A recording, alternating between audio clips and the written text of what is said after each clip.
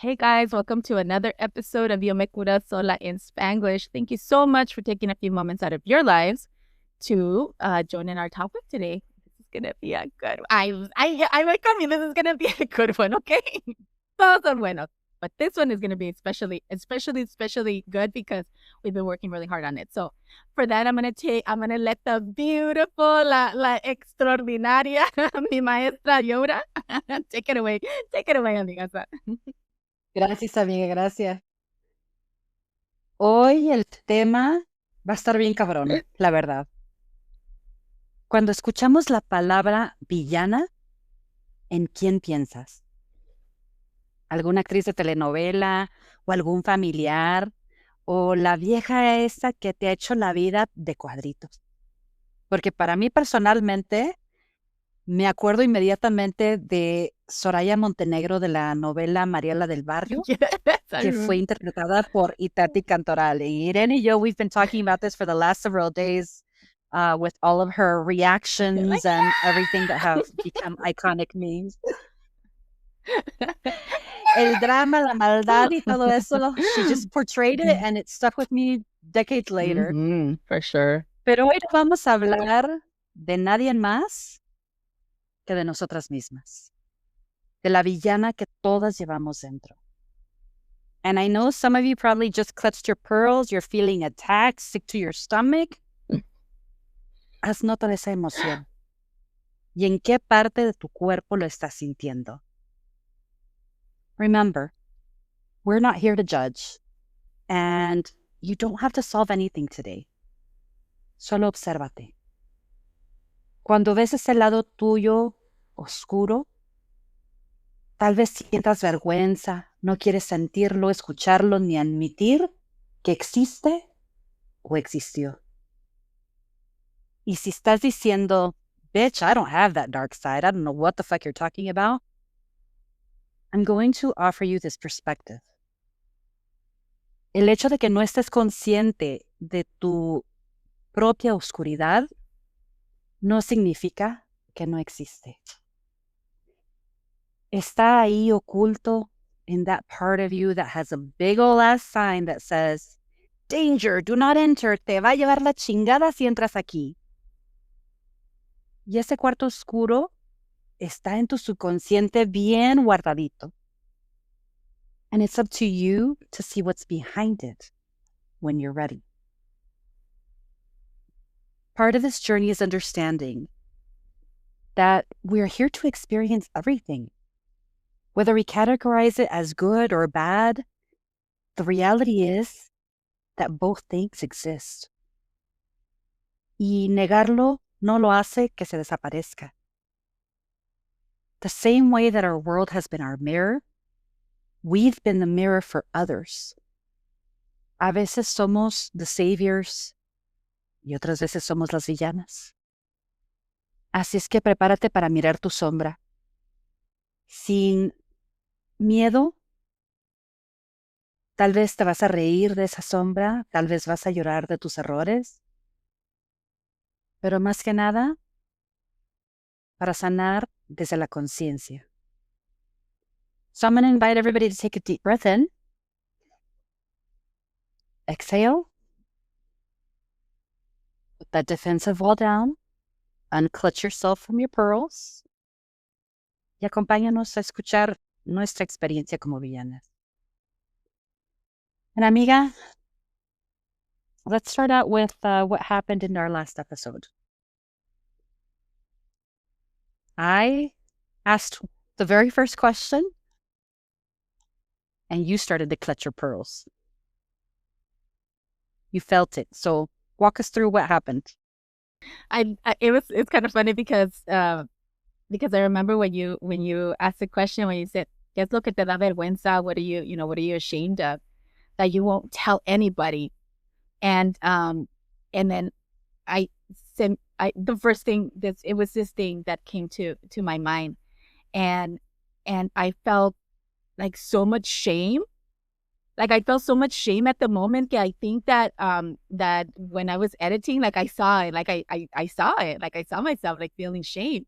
And then I really needed to sit with that because after after understanding like my feelings and allowing them to flow, I was able to go back and make the connection of, like a lot of things in my experience that I've had to heal based on that. So the thing that comes to my mind that I have been mostly ashamed of has to do with my parents. And it has to do with my perception of them based on the experiences that I had as a little girl. And que I was able to process porque sí me da vergüenza. And that is que as I was growing up and as I was a teenager and even a young woman, Where did you feel shame? I felt it in my En stomach. tu cuerpo. I felt it in my Mm. stomach and I felt it in my shoulders. And that's why I kind of went like that, you know? And then I kind of Mhm. like wanted to do this. I don't like, like hold my plexus and then my shoulders just kind of like a fetal position. It's really interesting because that's kind of how I felt it, you know? Literally, then it came back She did. into your present moment. She did. Why she did. Now that I think about it. Mhm. Yeah. So, okay.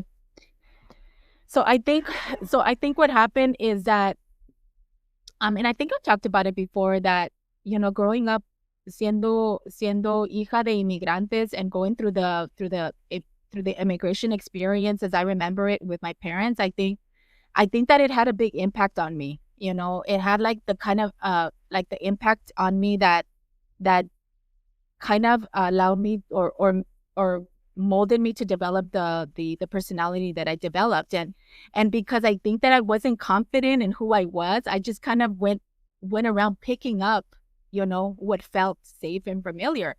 And it was around this time where I remember that I dyed my hair blonde.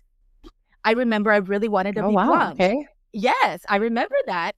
And I remember I would sit with my dad and we would have conversations about, the politics and what was going on. And I remember that I would tell my dad, I think that if you're undocumented in this country, I think that they should get deported. I think that people should not live in this country if they're illegal. I don't think that's right. And so it was really interesting because my dad never told me, pero ¿por qué piensas así? O porque si nosotros somos inmigrantes, si nosotros venimos así, nunca como me paró para cuestionarme. It's not that it was his fault. I just don't think he knew how. And so he kind of like started like sharing the opinion. No, pues sí, and we kind of went on this rant about that we agreed that people should be deported, which is it's silly and ridiculous now, but we did that. And I remember that like members in the family were just like, pero ¿por qué piensan así? Like, pero nosotros también venimos, no teníamos papeles cuando llegamos. And I was just like aferrada, como adamant, like very what? Like, like what is going on right now with a lot of, a lot of our people. And I was very like stuck, like I stuck to my guns to what I thought that I believed in. And I think after que empezó a pasar todo with, with our current political, situation and in los Estados Unidos and with, with so much focus on, how they treat our people, like I felt ashamed. I felt so ashamed that I ever thought that way, and I felt me daba vergüenza and I was just like, I can't believe I did that. I can't believe those words came out of my mouth. And era una vergüenza, como que no quería ni mirar nada de anything that had to do with, with the president or anything, because me hacía like relive those moments, like, or relieve the emotions. And I didn't like those about me. So I did have to sit with them. I did have to analyze them.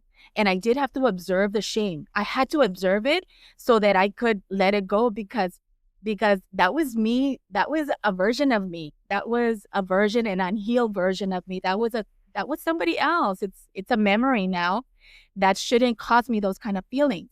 But it took me a long time for me to have to sit with myself and figure that out and to let it go. And I think it was a really cool observation. Thank you for pointing that out.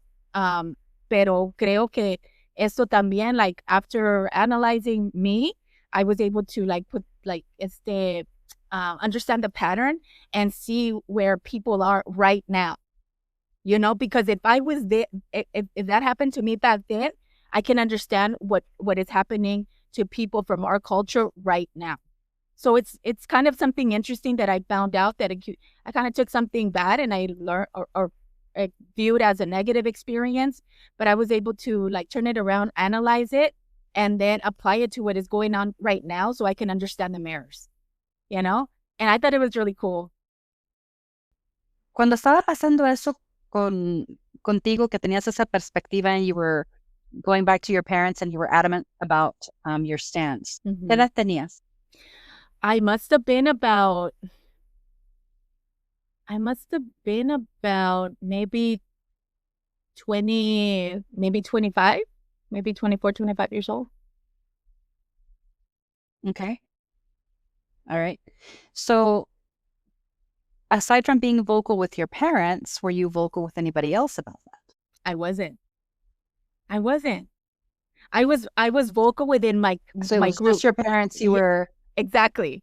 It was my parents. It was maybe, my siblings. It was maybe extended members of my family. I know my husband got it, he heard it too, and he didn't agree with me. But outside of that, it wasn't, no, I didn't. I think, no, I didn't. Tell me what you think. I think I know what you're going to say, but yeah, I didn't. I didn't do it. So let me ask you this then. How did your actions impact your household? My actions back then? Yes. Okay, so my actions back then, it created like feelings. It created like division. It created I don't know, like maybe coraje towards me, like maybe I wasn't liked very well. It did something. I think I was been the most vocal one. So most of the members in my family just kind of talk about it amongst themselves, but I don't hear about it, but I think it happened. Yeah, I'm pretty sure it happened. Sí, exacto. Ay, ¿para qué dijo eso? Kind of, yes, that was me, yes. All right. So whenever you were reflecting on this entire experience, how did you feel when you realized that your words and actions perhaps hurt these people? I felt horrible. I think that was like one of the like the feeling, like the shame that I felt it came from that. I felt shame because like I felt that I manipulated the situation so well that even my dad was like sharing his opinion with me. And I felt horrible to do that to him because, like, I mean, specifically, especially, because of where he comes from and all his experiences. And I feel like I just kind of like, como que I just injected myself in there. Like I didn't care about anybody. Like I didn't ask anybody. I didn't care about anybody's opinion. I was just like giving my opinion. And it was something really, like really big that impacted our entire family. So I think something changed definitely because I was perceived differently, I mean, that's really racist for me to say, first of all, for somebody of my culture to say. Second of all, like, I'm over here fucking dyeing my hair, like bleach blonde. Why am I doing that? What was that all about? So I tell you, I think it was style, that part or where, was it you trying to become part of the, I think I was, vamos a decir, European American community? I was. And Eso. that was another part that I had to process. I know, that's another part that I had to process because I didn't know that I did that for so long. I did that. I think I practiced it so long, and I don't know if I necessarily was conscious of my intention to fit into that world, because I tried it and I thought I could if I wanted to, but I don't think that I was conscious enough to know that I was trying to like impersonate, assimilate, be like, another ethnic group.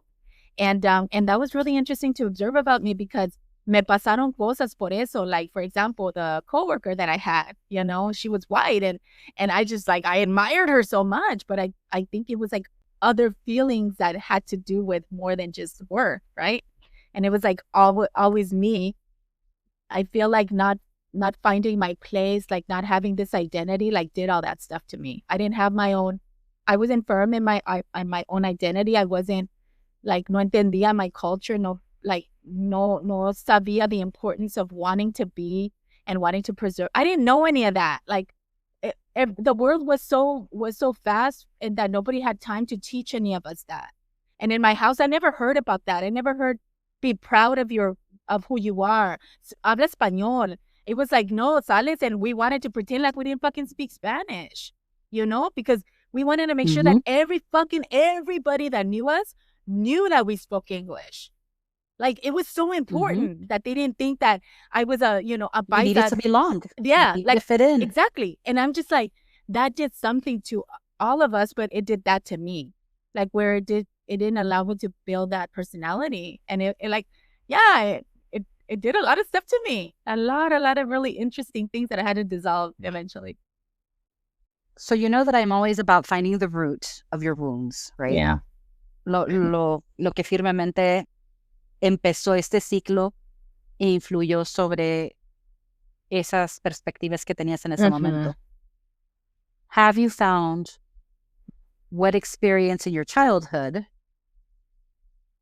contributed to you creating this particular experience? Yep.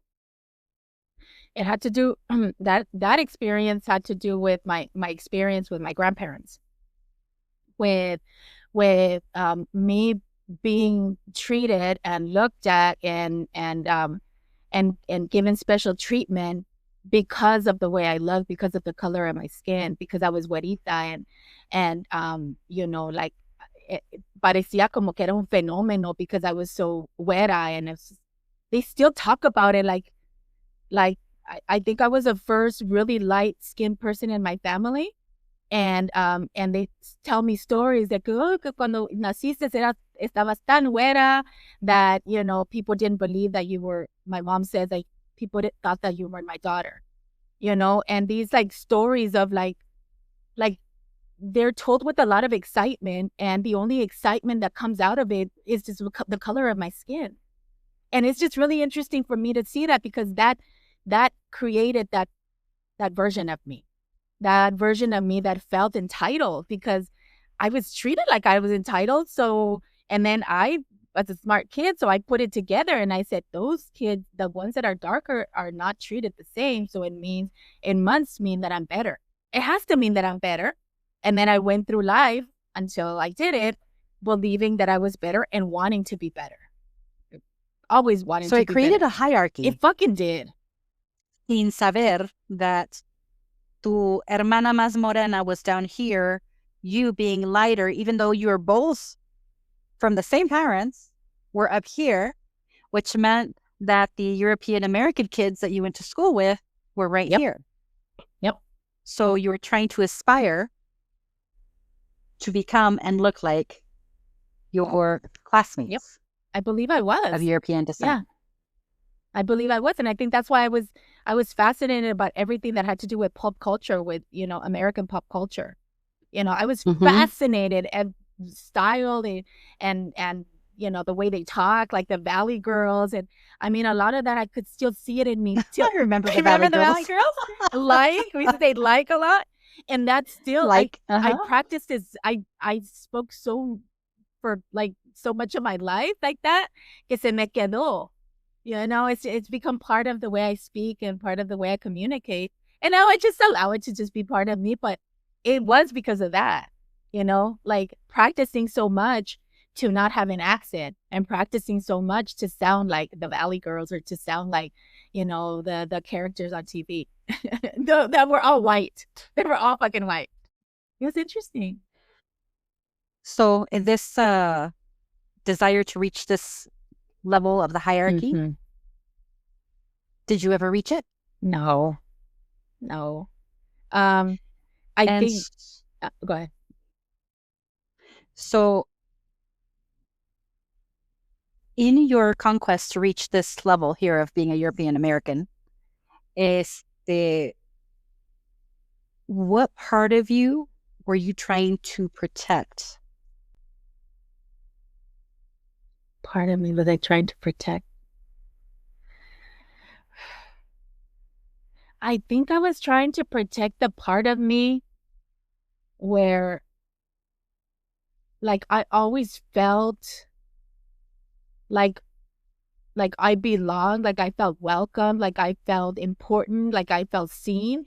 And that was that part, growing up with my grandparents. I wanted to protect that part because that was the only part that, like, I got everything that I wanted. And so I always looked for that because I related the I started, I think in my mind I started putting it together. I get a lot of attention because of this. So if they do that to me, then I could get it outside in the world. And so that translated into my adult life, because I was trying to look for the same, I think I was trying to look for the same validation that I got from my grandparents out in the world, to tell me que qué bonita, que qué To feel bonita, que seen. qué güera, que, ay, que eres la más chula, que, that's what I was looking for the Mhm. whole time, the whole time. And you did whatever you had to do to protect it. Yep. Right? Even go against your Yep. parents and your culture and your values and all sorts of other things. That's how powerful it was in my head. So, Yeah. yeah, that's the narrative you created. That was the power in your story. Y sin querer queriendo te convertiste en la villana de tu propia historia.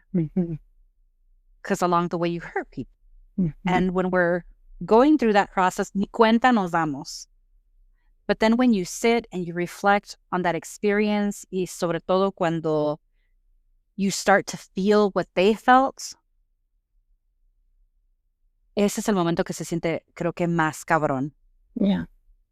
And it's the part that is least spoken of when it comes to the healing journey. Mm-hmm.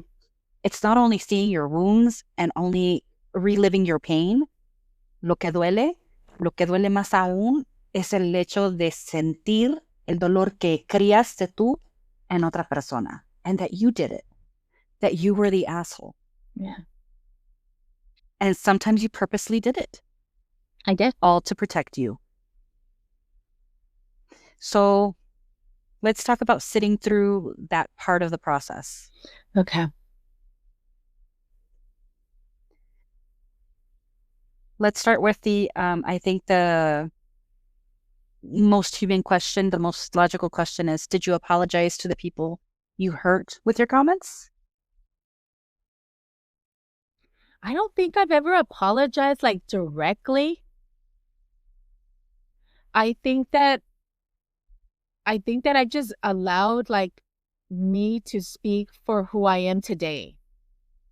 I don't like, I just kind of feel like, for a lot of the parts that I know that I have to that are important for me to heal, like I think that the way I'm moving through it right now is just to become aware that that person that I was, I'm no longer, like she doesn't exist anymore, and who I am now doesn't reflect any of that person. Like I'm not that person. So I think I just live, I think I just live the way I live. And I think that my actions like now speak for what I stand for. And when I speak about the things that I stand for now, I think I try to do it more like I become more intentional with it, becoming aware that, I have to be respectful of other people's feelings, and I can't just, just because I want to say it, like I just scream it out and I don't give a fuck about what anybody thinks, because I think that was my attitude for a long time, because, something in me wanted to heal. And I think that's what I wanted to do. But I think now, I think just with experience and time and just awareness, I think that I've learned to just allow me to speak for me, like I don't feel like I have to say a lot of things anymore. I think if I just live it, I think that speaks more, and I am who I am, and I'm kind, and people that know me know that I would never say anything like a mean thing, because it's not who I am. But I am very like when I have an opinion, like I will give an opinion, especially when it's like when I see that it needs to be said, like I will always be the one to say it. But I think I know I do it very intentionally, and I do it very with a very kind heart, and I do it like knowing that, you know, if somebody gets offended, I'm not gonna take it personal, but I'm not trying to offend anybody, kind of thing. So yeah, that's kind of how I do things now. I can feel that you're still sitting in the discomfort of that, though. I'm like, Lo siento aquí. Enorme movimiento aquí. And that's okay. And that's okay. Yeah. Yeah. That's okay. I This think is something that you've been processing.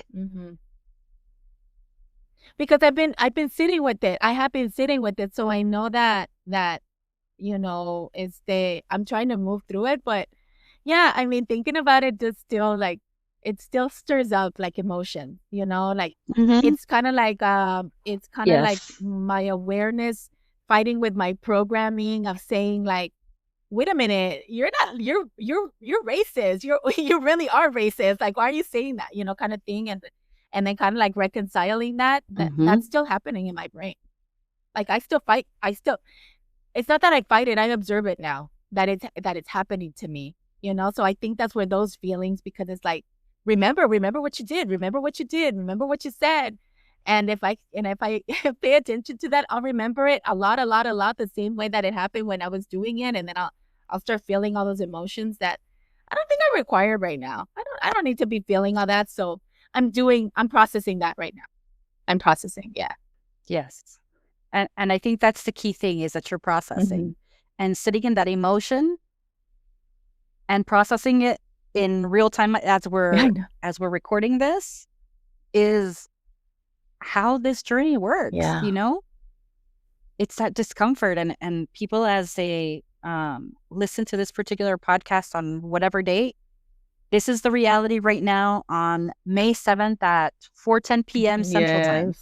But it's possible that on June 7th of 2026, she's going to be in a different part of her journey with this particular topic.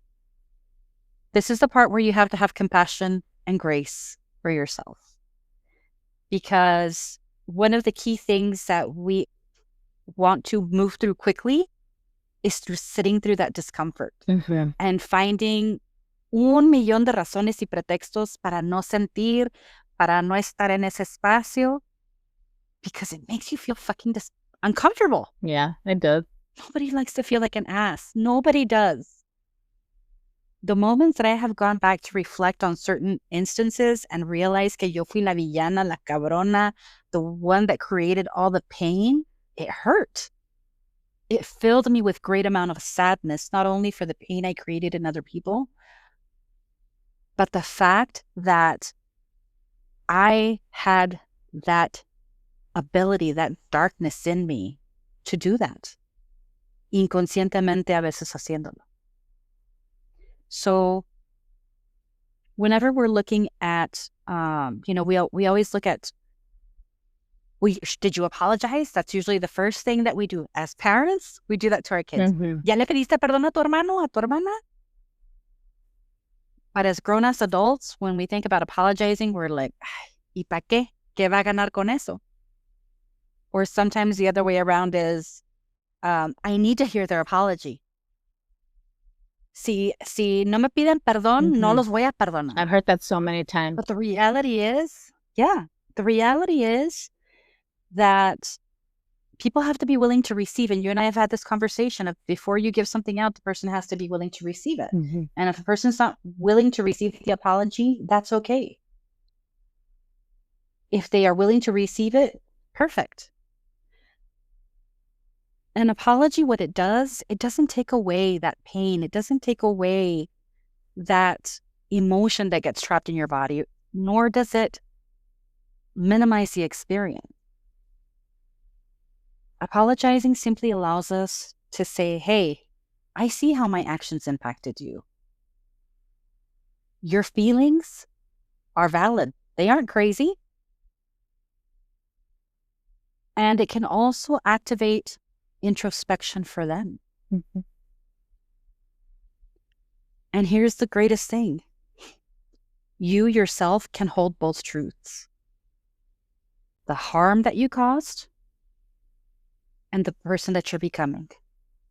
Y esa es parte de este proceso que todas tenemos que pasar if you're choosing to go through this healing journey, is accepting that, yep, I have the ability to choose to be an asshole, and I'm really good at it. I'm really good at it. Esta lengua que ven aquí is really, really good at chopping people up in 2.3 seconds. Pero esta lengua que ven aquí también puede elegir usar su energía en ayudar a otras personas a sanar, a comunicar algo positivo, algo hermoso. Both things are true, and this is for all of us. So sit in your discomfort. Take as much time as you need. It's okay. And if anybody is watching this video right now, as we're recording, I want you to pay attention, and you might have to rewind back to what Eden is doing with her hand and where it's placed. Yeah. So I do. I want to tell him. So, part of doing this project, obviously, we've talked about it a bunch of times. It's, to heal me and the parts of me that need to be healed. And Liliana's really good at, like pointing those out, like in a very kind way. But what I also noticed about me was that a lot of the times that I was recording, my nervous system was becoming, was based on whatever it is that we were talking about and my emotions, and I would go into sympathetic. And I could feel it in my shoulders, and I could feel it in my stomach, and I could feel it in different parts of my body, usually in my solar plexus is where I would feel it the most. So then part of me regulating my nervous system has to do with me telling my body that there's no danger, that there's no perceived danger, because I have been on my nervous system has been dysregulated for most of my life, that regulating it at this time has become like the biggest challenge for me, because I'm literally reprogramming my entire nervous system. And part of doing this, and people that follow me can see it in my videos where I tap my my chest a lot. And it's actually, that's what I'm doing. It's a nervous system regulation where I am telling my body, my nervous system is, I'm sending that signal to my nervous system to tell my body that there is no perceived danger, that I'm in front of a camera, that I'm safe, that people are watching me, but I'm safe, that there's no danger, so that I can continue doing what I'm doing. And then my nervous system, like if it goes on parasympathetic, if it goes on sympathetic, it goes right back to parasympathetic for rest and digest. And so I can speak clearer, and I can be calmer, and then my thoughts, are just a lot more clear when that happens than when it's not. So if you guys see me doing this, that is part of my nervous system regulation. And it works for me, and it has been working for me. I have been doing it, testing it on myself for probably, I don't know, I'm going to say about 6 months. And now my body understands it. So as soon as I start the tapping, it relaxes. And I can feel it in my shoulders, and I could see it everywhere also. So that's what's happening with the tapping. So let's look at the Villana from a little bit of a different perspective now.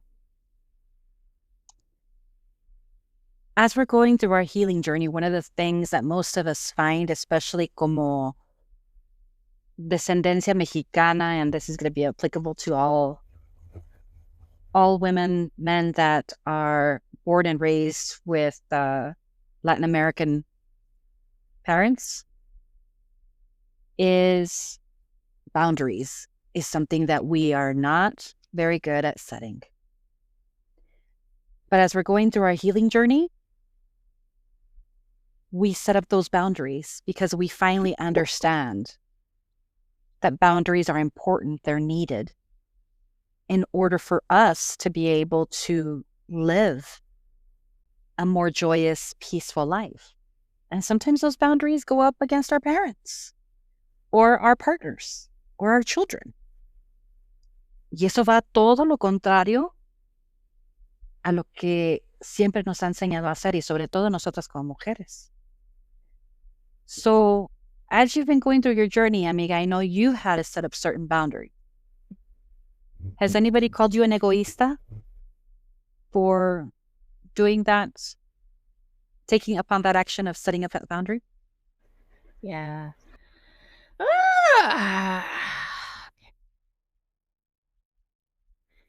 Yes. So I think I mean this whole experience is like super interesting. It's super interesting for me because like I think I've learned like so many things about me that I didn't know about me. Like I'm discovering like the real me, you know, who Irene really is, and that's been like a whole experience. But I think the people that are closest to me, I think that some people may be having a hard time because of it, because I think that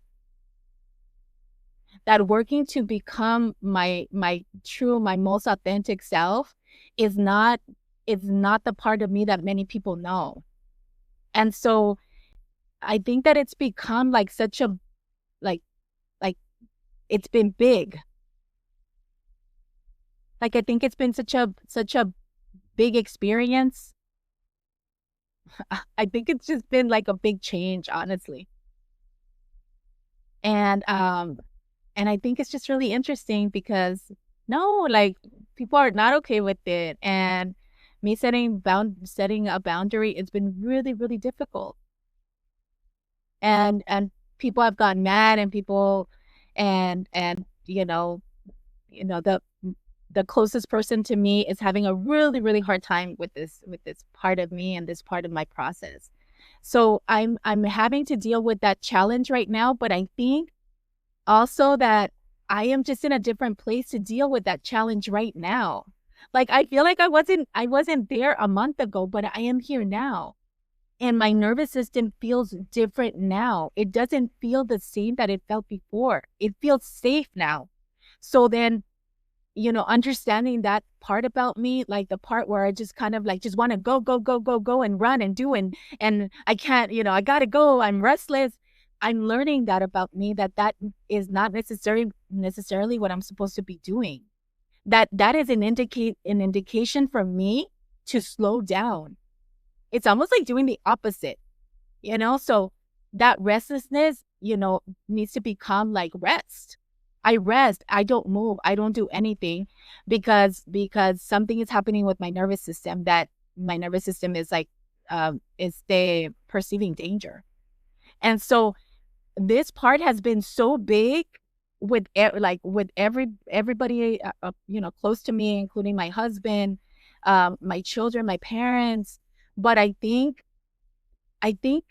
the difference with me now is that I'm aware and I'm conscious that this was just it's what's supposed to happen. Like I'm not mad at them, and I don't judge them, and I don't hate them, and I'm not doing anything other than trying to observe them and understand them, because being the first person in my family to ever, attempt to do any of the things that I'm doing, I think it's a shock to a lot of people, and I'm over here trying to live my best life and doing everything, that I want.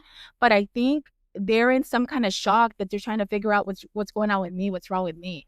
So there is absolutely nothing wrong with me. Like, I am I am on my way to really realizing who I really am. But I'm also trying to navigate that part where I'm sensitive to everybody, without sacrificing anything about me. Just allowing them to just understand me and know me and get to know me, and maybe talk to me a little bit more so they can kind of know where I'm at in life. But I think my boundaries are going back to your question about boundaries. I think my boundaries are like not only not only have they been placed, they have become firm, and I'm feeling resistance. I'm feeling so much resistance, but my nervous system is okay. Like, my nervous system is okay. And that has become like really, really important for me. Like, that's priority for me. And the fact that I've been able to achieve that,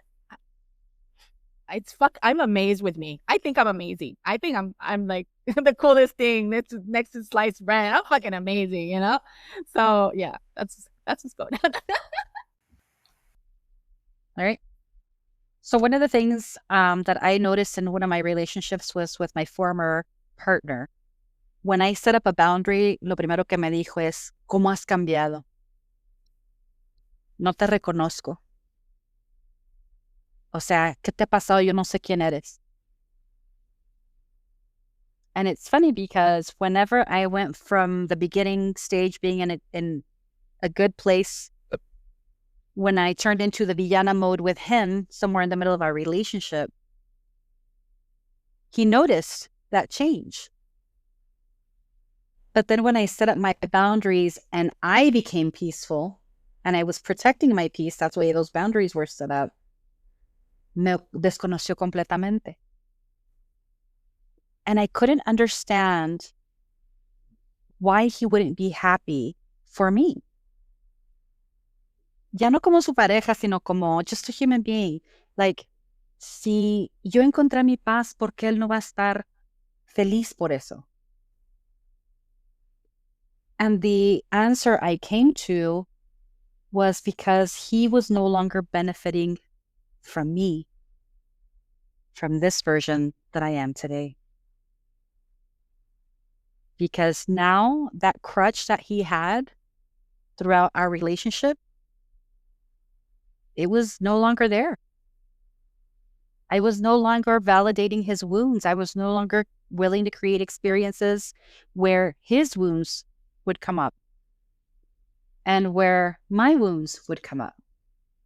Y ese es un cambio enorme. Ese es un ciclo que cuando no estamos conscientes de eso, that we're just on this hamster wheel repeating the same experience over and over and over with different people, different ways, we feel that's normal. Our nervous system feels that it's normal. Pero cuando yo dejé de hacerlo y decir, I'm not going to play that game, I get it, I see it, aquí está el límite, it was shocking to him. His nervous system didn't know how to respond to my boundary. His mind didn't understand what was happening. So it's funny now because, fast forward several years, we're good friends. He comes to me for advice and for guidance, pero ha tenido que pasar todo este tiempo para que él pueda entender quién soy realmente, quién soy hoy, de entender mi paz, por qué elegí mi paz sobre quedarme en ese ciclo. And that's not always easy to understand for our loved ones. Yeah. It changes the relationship. It changes the dynamic. Me as a parent, I have a daughter. She's 29 years old. She has 2 children. And I love my babies, a boy and a girl. Love them to death. But a boundary that I had to set up with my daughter is, it is her children. It is her responsibility. I love and I give back her babies to her. Porque al final de cuentas, ella es la que está conviviendo con ellos a diario. She is the one that is responsible for them. She is living her own experience with her children. And I have to stand back and allow her to experience whatever she came to learn with those 2 little souls, her way. Y cuando ella me pide que un consejo or guidance, I will step in and I'll give her my 2 cents. But then I'll step back and I just watch her. And I support her and I love her. And that's, I think, the key thing that has worked for us, is that she knows that I am here to support her and I love her unconditionally, no matter qué haga o qué no haga o qué decida o todo. This is her safe place. Her safe place. Her mama, her mama is going to love her unconditionally no matter what. And even with that boundary that is set, that, próximamente you'll have the opportunity to ask her how she felt with that boundary. But with that boundary that's set, we've been able to maintain the peace. And we've been able to have, I believe, a better, stronger relationship. And she understands this is part of my journey, setting that boundary, as well as part of hers. Yeah. So, yes, we've been egoístas. I use air quotes when I say egoísta, because we've made a change in our lives that's impacted other people. Yeah. And it's made them sit in their discomfort. And you know what? Sometimes those relationships are going to go away, and that's okay. That's okay. Cuando esas relaciones terminan, es porque ya completaron el rol que vinieron a hacer en tu vida. Y esa parte de tu experiencia ya terminó. And I'm going to tell you this too, that is painful for some folks that I've spoken to. That includes your parents. Mm-hmm. And that is something that is very hard for us, especially nosotras como mujeres que nos dicen que tenemos que cuidar a nuestros padres hasta viejos y do whatever we do and take care of them aquí en nuestras casas. Sometimes those boundaries have to be set up with your parents as well. Yeah, I agree. And if your parents can't respect that, it's okay if you have to go separate ways, or if you had to add distance between the two. It's okay. Poco a poco vas a ver que tu paz es más importante que nada y nada en el mundo. Because without that peace, you can't have the best life. You can't have the best experience. Y poco a poco, esas personas, including your parents, your children, your partner, they'll make a choice as to whether they'll accept who you truly are, the way you are today, right now, or if they're going to choose to continue to push away who you truly are. Y volvemos a lo mismo. It's okay. It is their choice. Yeah. Así como nosotros elegimos nuestra paz, ellos también tienen el derecho de elegir si aceptan esta versión de ti o no. Yep. It is part of the journey. And we're not going to dig into that further because that's many episodes of conversations that we can have. Pero bueno, ya con esto, I'm going to ask the last question, amiga. Mm. What identity do you think you've shed que mandaste a la chingada para convertirte en la mujer que eres hoy? Damn, that's a good question, amiga. What identity did I have to shed? I think I needed to shed the identity where I wanted to be perceived like I knew everything, where I needed to be the center of attention. The identity where I had this fake confidence. This the identity where I wasn't a very kind person. It was like I feel like I've been like shedding those parts. I think that has been the onion for me, to shed like all those things that I just mentioned, that those have been the layers of the onion that I've been peeling away, to get to where I'm at, to get to be who I am right now. Like, I like who I am right now. Like, I look at myself and I think I'm the cutest señora that I've ever seen. You're like, qué chula estoy, que ahorita estoy como me quiero. I do that. And I'm so kind to me, and I talk to myself very kindly, and I just don't allow like for disrespect anymore, because like, why do I deserve to be disrespected? Like, why would I allow for anybody to treat me like any less than I treat myself? I don't treat myself like that. I love myself. So then I can't. But you realize that before you didn't treat yourself like that, right? No, I didn't, because I didn't No te love dabas tú myself. misma tu lugar I know. en tu vida. I And didn't. that's the part that you're seeing now, finally, of how wonderful of a human and a soul you are. Right? Yep. That's the part that I'm So seeing.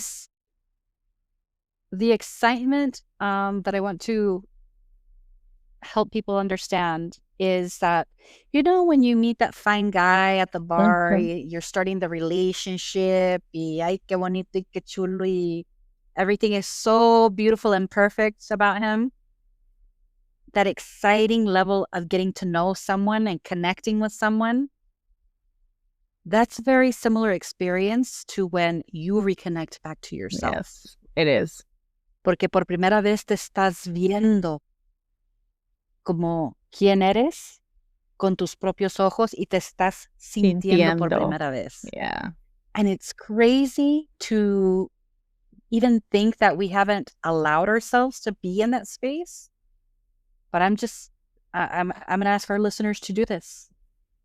Go and sit for half an hour by yourself. Nada de distracciones. No telephone, no friends, no kids, no coworkers, no books, no nada, nada. Just sit outside in the yard for 30 minutes by yourself and allow yourself to be. And listen to your thoughts and your feelings. That's going to show you whether you're able to just be, or if your nervous system and your mind is trying to make you be the person that you should be based on everybody else's expectations.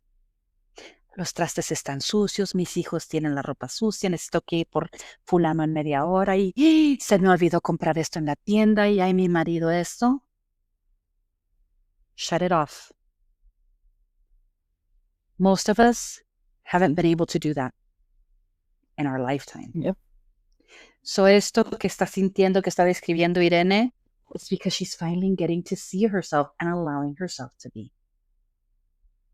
That's what this experience is. Magical. It's beautiful. It's powerful. Porque por fin te ves. Y cuando te das cuenta, aún más allá de eso, de que así es como te ve Dios, and why our Creator loves us so much, it brings you to a whole different level. Yeah. Esa es la conexión a la que tenemos que volver todos. Es que Dios nos amó tanto, tanto, tanto, nos ama tanto que nos dejó ser libres para elegir y experimentar esta vida a como fuera. Y en ese momento de silencio en que por fin te reconoces, que dices que soy más que este cuerpo, soy más que madre, más que una corporate leader, más que todo esto, and recognize that you are a spark of God's light on this earth, and you remember that connection and you feel that connection. Ay, Dios mío. Until you experience it, you'll understand it. So it's time for us to leave our listeners with a couple of questions to reflect on. So I'm going to ask everybody to take a very deep breath. In and out. And remember, you don't have to have the answer to these questions. You just have to allow yourself to feel them. ¿Qué parte de tu historia todavía te da vergüenza mirar? ¿Y qué pasaría si la miraras con conciencia en vez de juicio? At what moment in your life were you the villain? Not because you were healing, but because you were acting from your wound.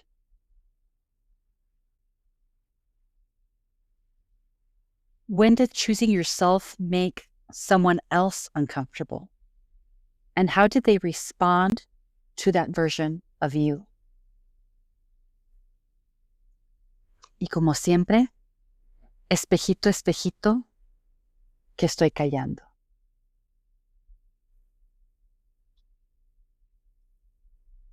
La villana puede ser la mujer que traiciona o la mujer que ya no se traiciona a sí misma. And you know what? A veces fuimos las dos. A veces la cagamos. A veces sanamos. A veces fuimos el espejo que otros no querían ver. Pero lo importante no es el título que te dieron, sino la conciencia con la que sigues caminando. Ambas viven dentro de ti. Ambas te enseñaron algo. Ambas te trajeron hasta aquí. Hoy no se trata de elegir una. Se trata de integrarlas, de honrar tu luz y tu sombra, de reconocer tu historia sin tener vergüenza, sin sentir esa vergüenza. Porque cuando dejas de huir de ti misma y empiezas a integrar esas dos versiones de ti, ya no eres la villana. Eres la mujer consciente que por fin se ve. Amiga, take us home. Oh, guys, híjole, me hiciste chillar. I wasn't planning on it, but I did. And it was happy tears, and it was the kind of happy tears, you know, to know that about me and find that about me. So, thank you so much, guys, for sitting through this episode.